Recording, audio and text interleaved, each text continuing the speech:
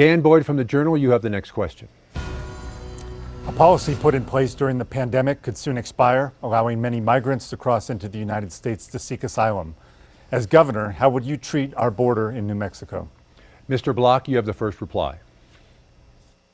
Well, again, as governor, right away, I will be deploying our National Guard back down there.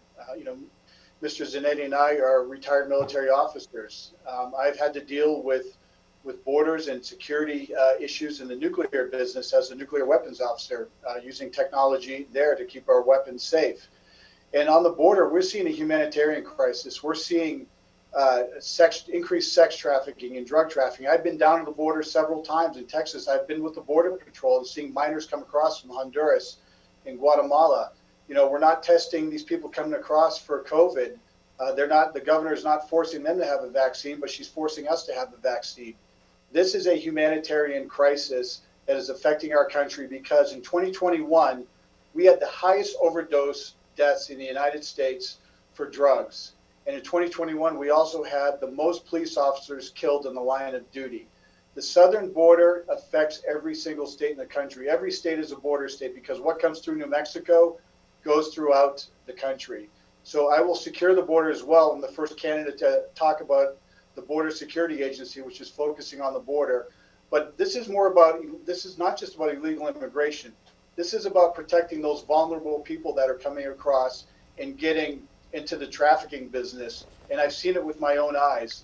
And it's very sad, and we have to stop it. And we must secure the border and protect this country. Rebecca Dow, you are next. Yes, I'm endorsed by 4 of the border sheriffs because they know that I'll follow through on my commitment to secure the border.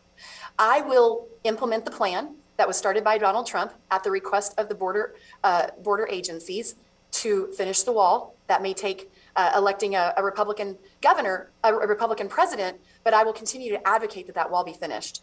What equally important to them is the cyber technology and the line in sight that they need to be able to respond to incidents in real time using technology.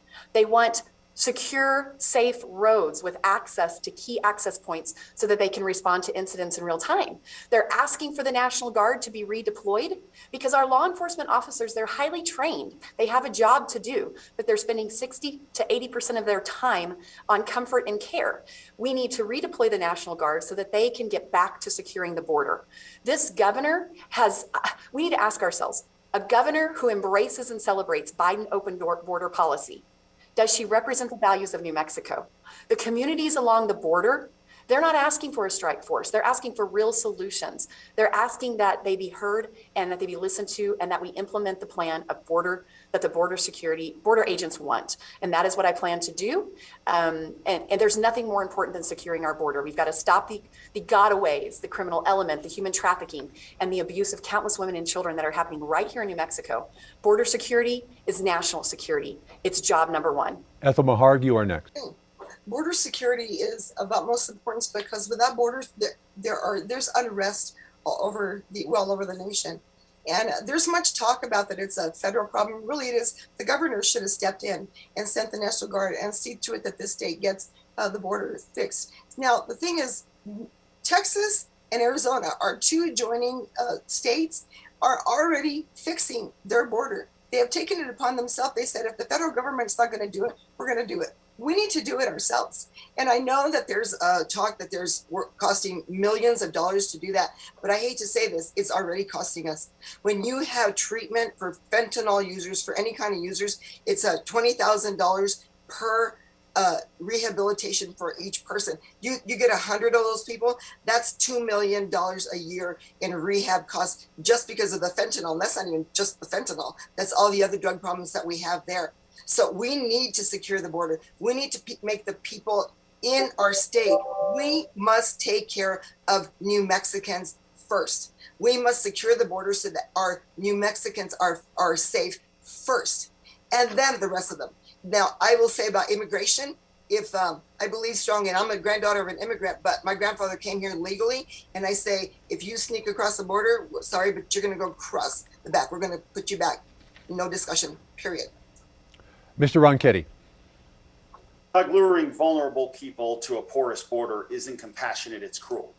And you see it time after time with the Biden administration. What they've done is by rolling back Title 42, which is likely to happen here, we're likely to see a massive flood of more people coming into a very dangerous situation. And that dangerous situation ends up converting into a lot of criminal behavior here in the state of New Mexico as far as drug trafficking goes and as far as human trafficking goes. We have to address these issues. And this governor, the first thing she did when she took office in 2019 was pull the National Guard back and just kind of go, we're done with this. And that has been devastating. We are 600 Border Patrol agents short in our sector of the border here in New Mexico. And I don't know anyone who believes President Biden is going to address those hires and do what needs to be done. So we have to fill the gap here in the state and do everything that we can. So where do we get some of these ideas to try to figure out exactly what we need to do? Well, we need to work with states like Texas and Arizona who have implemented plans that are working in large measure, especially in Arizona. And they have a sort of a border strike force that we have called for here too,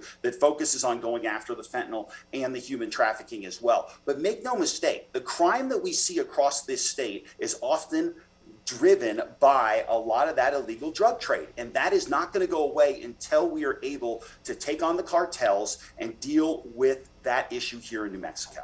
And finally, Mr. Zanetti. Well, I view the border through the lens of national security. I mean, if you're Putin right now, you really want to mess with the United States, what would you do? You'd be sending people in through the southern borders. This is far beyond just a humanitarian mission, which it obviously is. But I hear everybody saying, I'm going to deploy the Guard to the border. All right, roger that. What units? Unit size, company, battalion? What's the chain of command? How are you going to integrate with Border Patrol? I saw the alphabet agencies down there. What are the communication lines? How are you going to coordinate with Texas and Arizona? These are basic military questions that an Army officer, Army National Guard officer, like Zanetti understands. But there's another piece to this, and it's the financial. How many of you in the audience believe that the Biden administration is going to pay New Mexico Army National Guard to go down and secure the border? Nobody. That means we're going to pay for it. It's a state mission. Fine. That means, though, every dime that goes to a soldier isn't going to schools, roads, bridges, etc. By the way, just last month, Texas relieved its adjutant general because they had deployed their National Guard to the border in a half-baked way. You had a bunch of soldiers standing out in the dirt, not knowing what to do, sleeping in sleeping bags on the ground, not getting chow, calling home and saying, honey, this is a sentence. What you need is a governor who understands the military side as well as the financial side. Otherwise, we'll end up draining the treasury and not securing the border. I am for doing it, but we should do it in a right way.